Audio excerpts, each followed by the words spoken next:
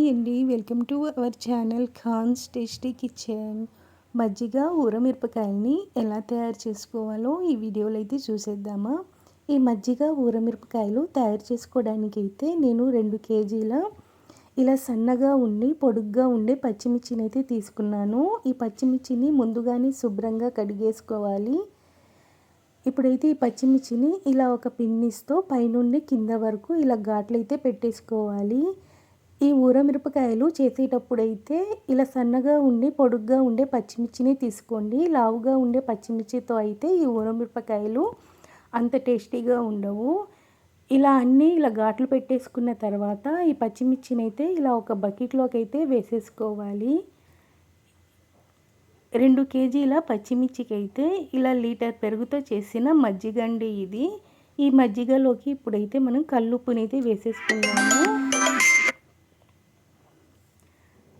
2 కేజీల ఊరమిరపకాయలకైతే 2 గిద్దెల కల్లుప్పు అయితే సరిపోతుంది. ఇప్పుడు ఈ కల్లుప్పునైతే మనము కరిగిపోయేంత వరకు ఇలా కలుపుకుందాము. ఇలా కల్లుప్పు కరిగిన తర్వాత ఈ పచ్చిమిర్చిలోకి ఈ మజ్జిగనైతే వేసేసుకుంటున్నాను. ఇప్పుడు ఈ మజ్జిగని ఇలా ఒక గరిటెతో కలిపేసుకోవాలి. ఇప్పుడైతే మనం చేత్తో ఈ పచ్చిమిర్చిని అయితే ఇలా గట్టిగా ఒత్తుకోవాలి. ఇలా గట్టిగా ఒత్తుకున్న తర్వాత మనం మూతను పెట్టేసుకొని 3 రోజుల పాటు ఈ మజ్జిగలో ఈ పచ్చిమిర్చిని అయితే ఊరనివ్వాలి. అలాగని 3 రోజుల పాటు కూడా ఇలా మూతని తీయకుండా ఉంచకూడదు. అలా మూత తీయకుండా ఉంచేస్తే మజ్జిగలో బూజు చేసి పచ్చిమిర్చి అనేది తొందరగా పాడైపోతుంది. ఇదైతే నెక్స్ట్ డే రోజు ఈ పచ్చిమిర్చిని అయితే ఇలా ఒకసారి కలిపేసుకోవాలి.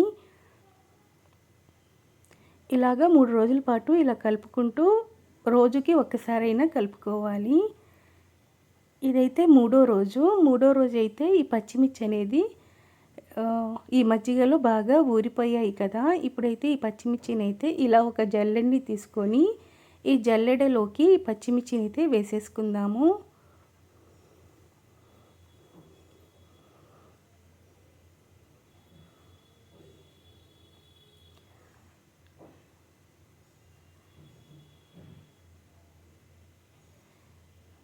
ఇలా ఈ పచ్చిమిర్చిని అయితే ఇలా జల్లెడలో వేసుకున్న తర్వాత ఈ పచ్చిమిర్చిని అయితే మనం ఎండలో అయితే ఎండబెట్టుకోవాలి.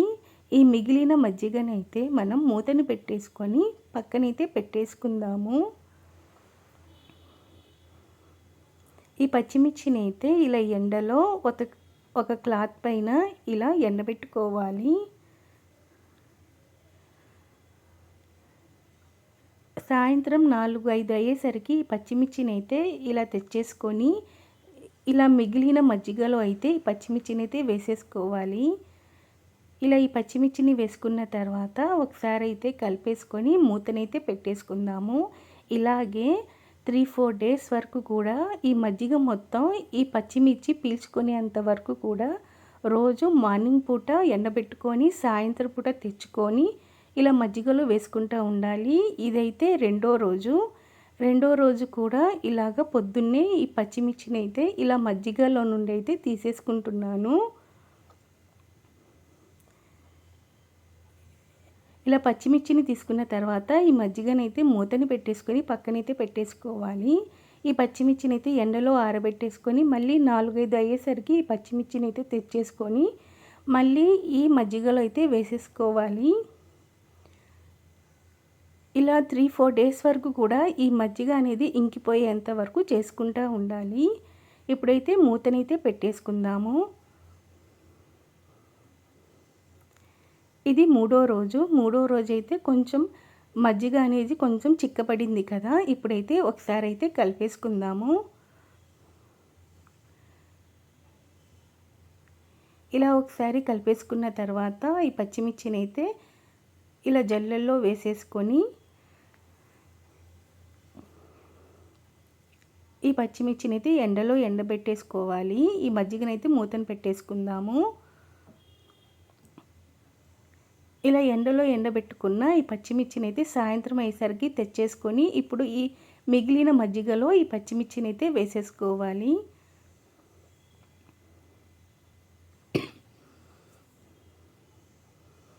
ఇలా పచ్చిమిర్చిని వేసుకున్న తర్వాత ఒకసారి అయితే కలిపేసుకుందాము. ఇలా కలుపుకున్న తర్వాత మూతనైతే పెట్టేసుకుంటాను. ఇదైతే డే 4. ఇది 4వ రోజు వచ్చేసరికి ఈ పచ్చిమిర్చి అనేది ఈ మజ్జిగనైతే బాగా పీల్చేసింది కదా. ఇప్పుడైతే ఈ పచ్చిమిర్చిని అయితే మనం 4-5 రోజుల పాటు బాగా ఎండలో బాగా ఎండబెట్టుకోవాలి. ఇలా 4-5 రోజులకైతే ఈ పచ్చిమిర్చి అనేది ఇంత బాగా ఎండిపోయాయి. ఇలా శబ్దం వచ్చేంత వరకు ఈ పచ్చిమిర్చిని అయితే ఇలా ఎండబెట్టుకోవాలి. ఇలా ఎండబెట్టుకుంటే ఈ ఊరమిరపకాయలు అనేది సంవత్సరమైన పాడైపోకుండా ఉంటాయి. ఇప్పుడు ఈ ఊరమిరపకాయలను అయితే మనం ఫ్రై అయితే చేసుకుందాము. దీనికోసం అయితే స్టవ్ పై ప్యాన్ పెట్టుకొని ప్యాన్ కొంచెం హీట్ అయిన తర్వాత ఆయిల్ని అయితే వేసుకుంటున్నాను. ఆయిల్ కొంచెం హీట్ అయిన తర్వాత దీంట్లోకి అయితే మనము ఈ ఊరమిరపకాయలను అయితే వేసేసుకుందాము. ఈ ఊరమిరపకాయని పప్పుచారులో తిన్నా చాలా టేస్టీగా ఉంటుంది. నేను పప్పుచారు చేసేటప్పుడు ఇలా విడిగా అయితే ఇలా ఫ్రై చేసి పెట్టేస్తాను. పప్పుచారులో ఇలా విడిగా అయితేనే ఈ ఊరమిరపకాయలు అనేది టేస్టీగా ఉంటుంది. అదే తోటకూర పప్పు, టమాటా పప్పు అలా చేసేటప్పుడైతే నేనైతే ఈ ఊరమిరపకాయని సగాన్ని కట్ చేసి డైరెక్ట్గా తాలింపులో అయితే వేసేస్తాను. అలా తాలింపులో వేయడం వల్ల ఈ ఊరమిరపకాయలు అనేది ఆ పప్పులో నాని చాలా టేస్టీగా ఉంటాయి. ఇంతే అండి, సింపుల్గా టేస్టీగా మజ్జిగ ఊరమిరపకాయలు రెడీ. ఈ వీడియో కనుక మీకు నచ్చితే లైక్ చేయండి, షేర్ చేయండి, సబ్స్క్రైబ్ చేసుకోండి. Thanks for watching.